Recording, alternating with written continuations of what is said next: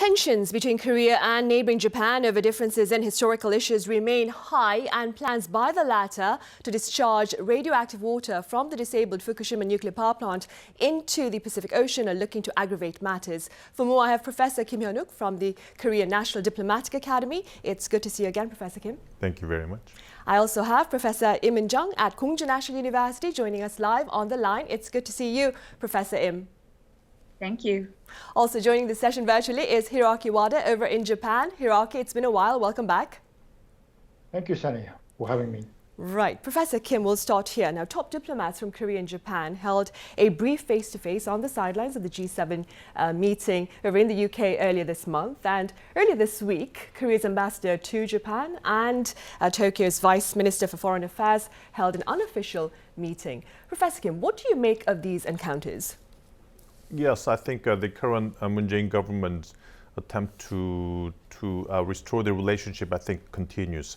Ambassador Kang, I think, delivered a president's message that the president wants to continue the high-level talks between Japan and Korea, vice minister or minister-level talk.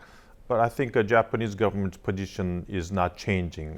Japanese government's position is that South Korea has to bring its ways to respond to these matters first, and maybe a little bit negative view has been delivered by Vice Minister about restoring the relationship before the new government begins. So I think it seems like for now the stagnation on the relationship between two countries will continue until the end of the current government. I see.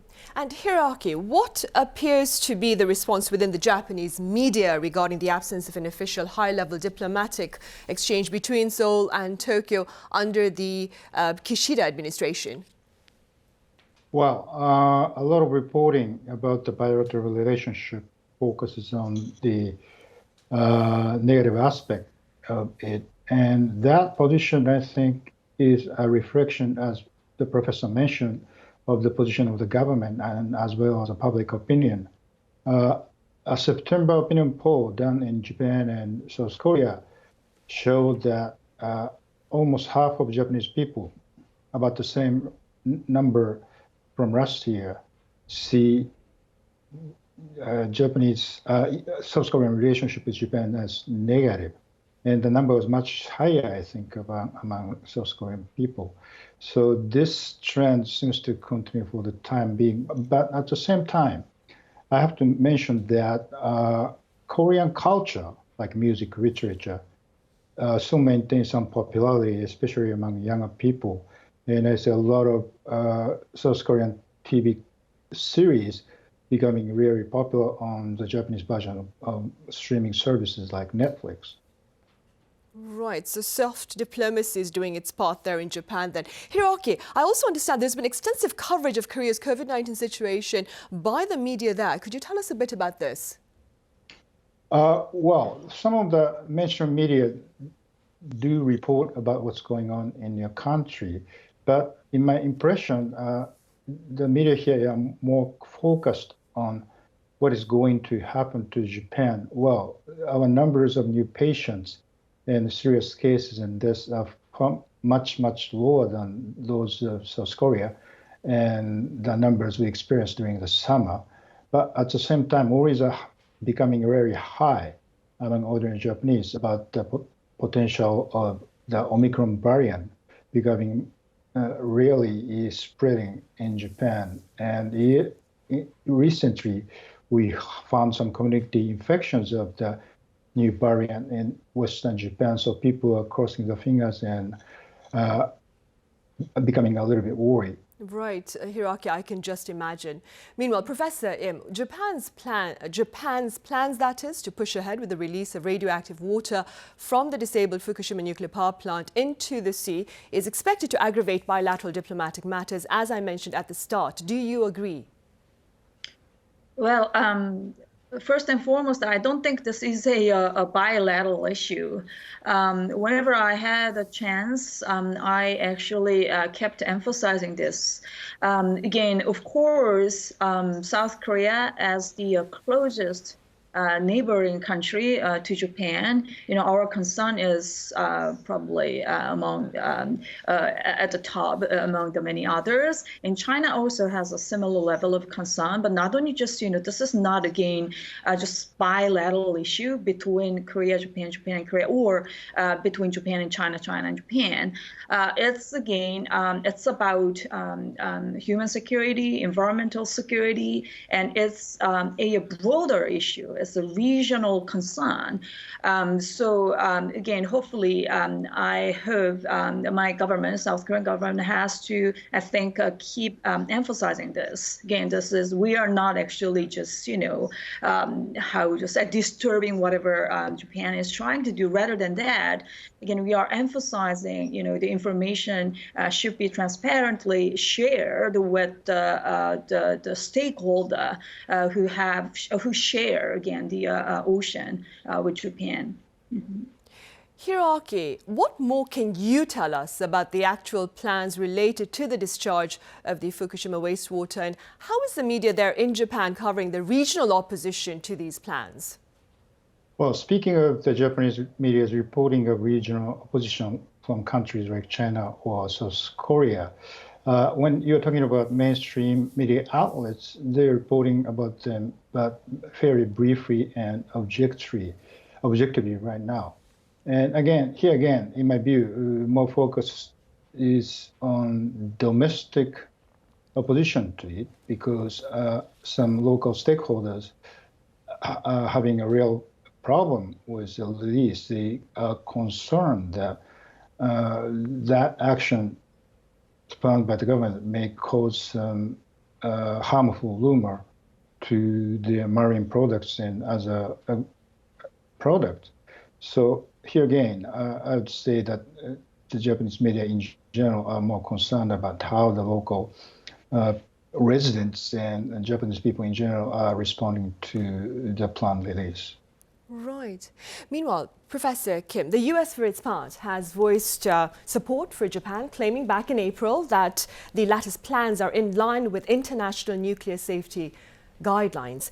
How does this stance perhaps look to affect trilateral ties among Korea, the US and Japan, do you think? This is not a critical element that can have an impact on the trilateral relationship, but it definitely reflects what the trilateral relationship is about right now. Recently the U.S. Pressure on China is getting more serious. Recently, the United States, Senate passed the United States Innovation and Competition Act. Also initiated a momentum for the Beijing Olympic boycott.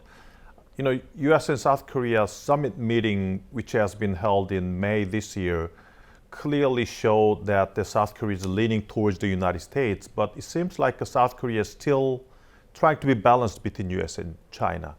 The current, issue, the wastewater discharge issue, I think, the reason why U.S. is supporting Japanese position is because, Japan is a very important ally to the United States and a very important ally for the Indo-Pacific strategy of the United States.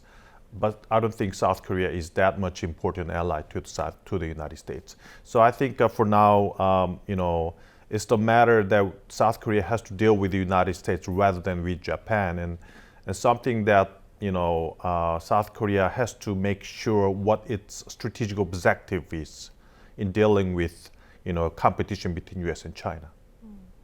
Professor Kim, I understand this might be a tough question, but some pundits have been claiming that had it been China claiming that it was going to be releasing radioactive water into the sea, the US's response or the response from the West might have been slightly different. What are your thoughts on this? I don't think so. The U.S. I think will try to find every corner to pressure China. So this will be a very important issue between U.S. and China competition. So I don't know what's going to be the position of South Korea at that point, because China definitely is such a big fear for South Korea compared to Japan. But I don't think the U.S. position would change if it's China. Right, and staying with the same issue, Professor Im, what in your view, are the chances of an actual act of retaliation by Japan against Korea, perhaps similar to the former tightening of export controls back in 2019? Well, I think there are a possibility. And I also want to emphasize the domestic situation in Japan. It looks like they are trying to give some message, to the domestic audience as well, not only just, to Seoul. Because Japanese public opinion has been pretty much deteriorating over past several years, and Japanese audience feel like until today Japan has been too pretty reactive to the South Korea's request or South Korea's complaint.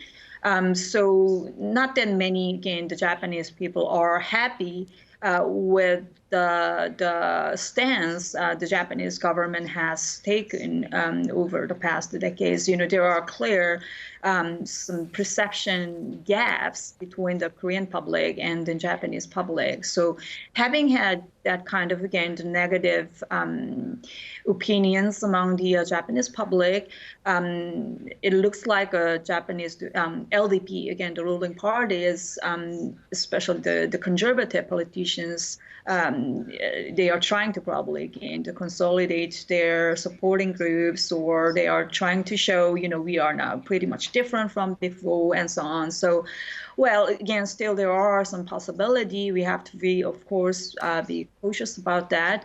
But again, another factor I want to emphasize is, again, the timing here in this country as well. The presidential election is coming, and they also do have their own major election in July next year. So considering that kind of, again, the political this timing, the schedule, timeline, well, there can be another risk in the early half of the next year, I think. Mm-hmm. Right. And moving beyond bilateral ties, Professor Im, there is talk about a further, perhaps, political shift to the right over in Japan under the Kishida administration. What are your thoughts on this?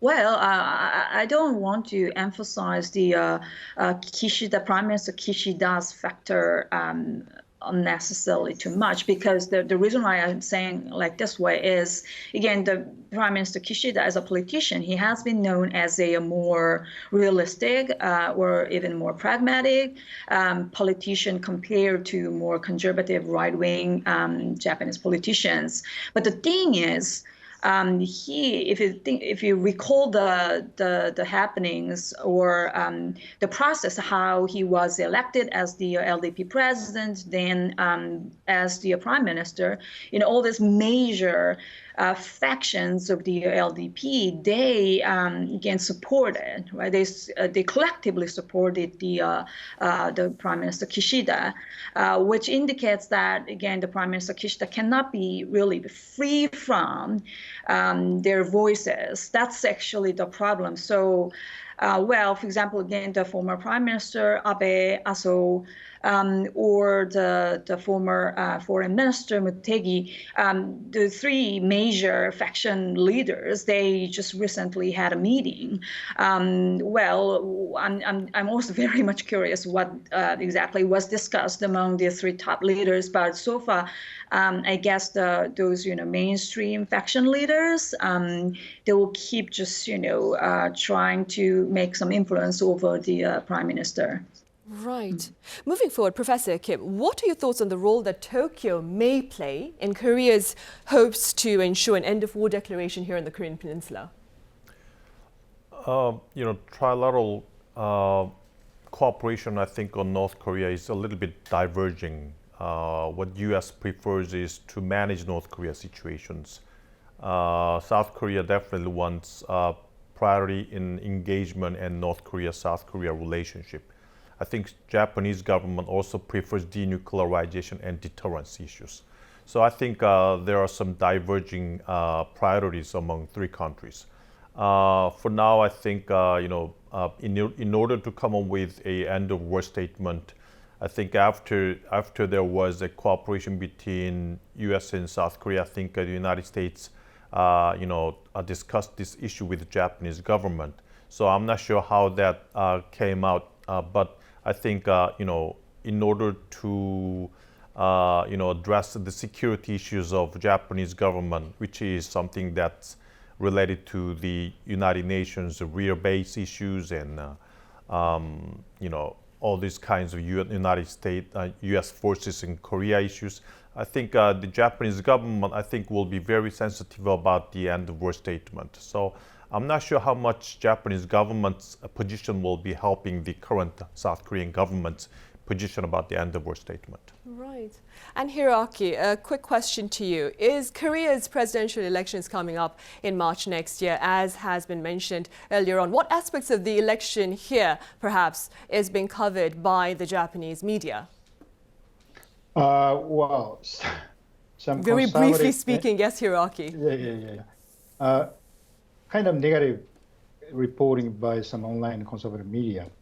And there is not really a major expectation among the Japanese public, according to public polls, about any major change for the better between the bilateral relationship, even after the presidential election, whoever wins. I see. Yeah. But hopefully it will be different then, right? Yeah, hopefully, in the long term. Right. All right, Hiroaki, as always, thank you very much for your thoughts. Professor Im over in Kongju, thank you for being with us today. And Professor Kim here in the studio, thank you very much for your insights. Thank you.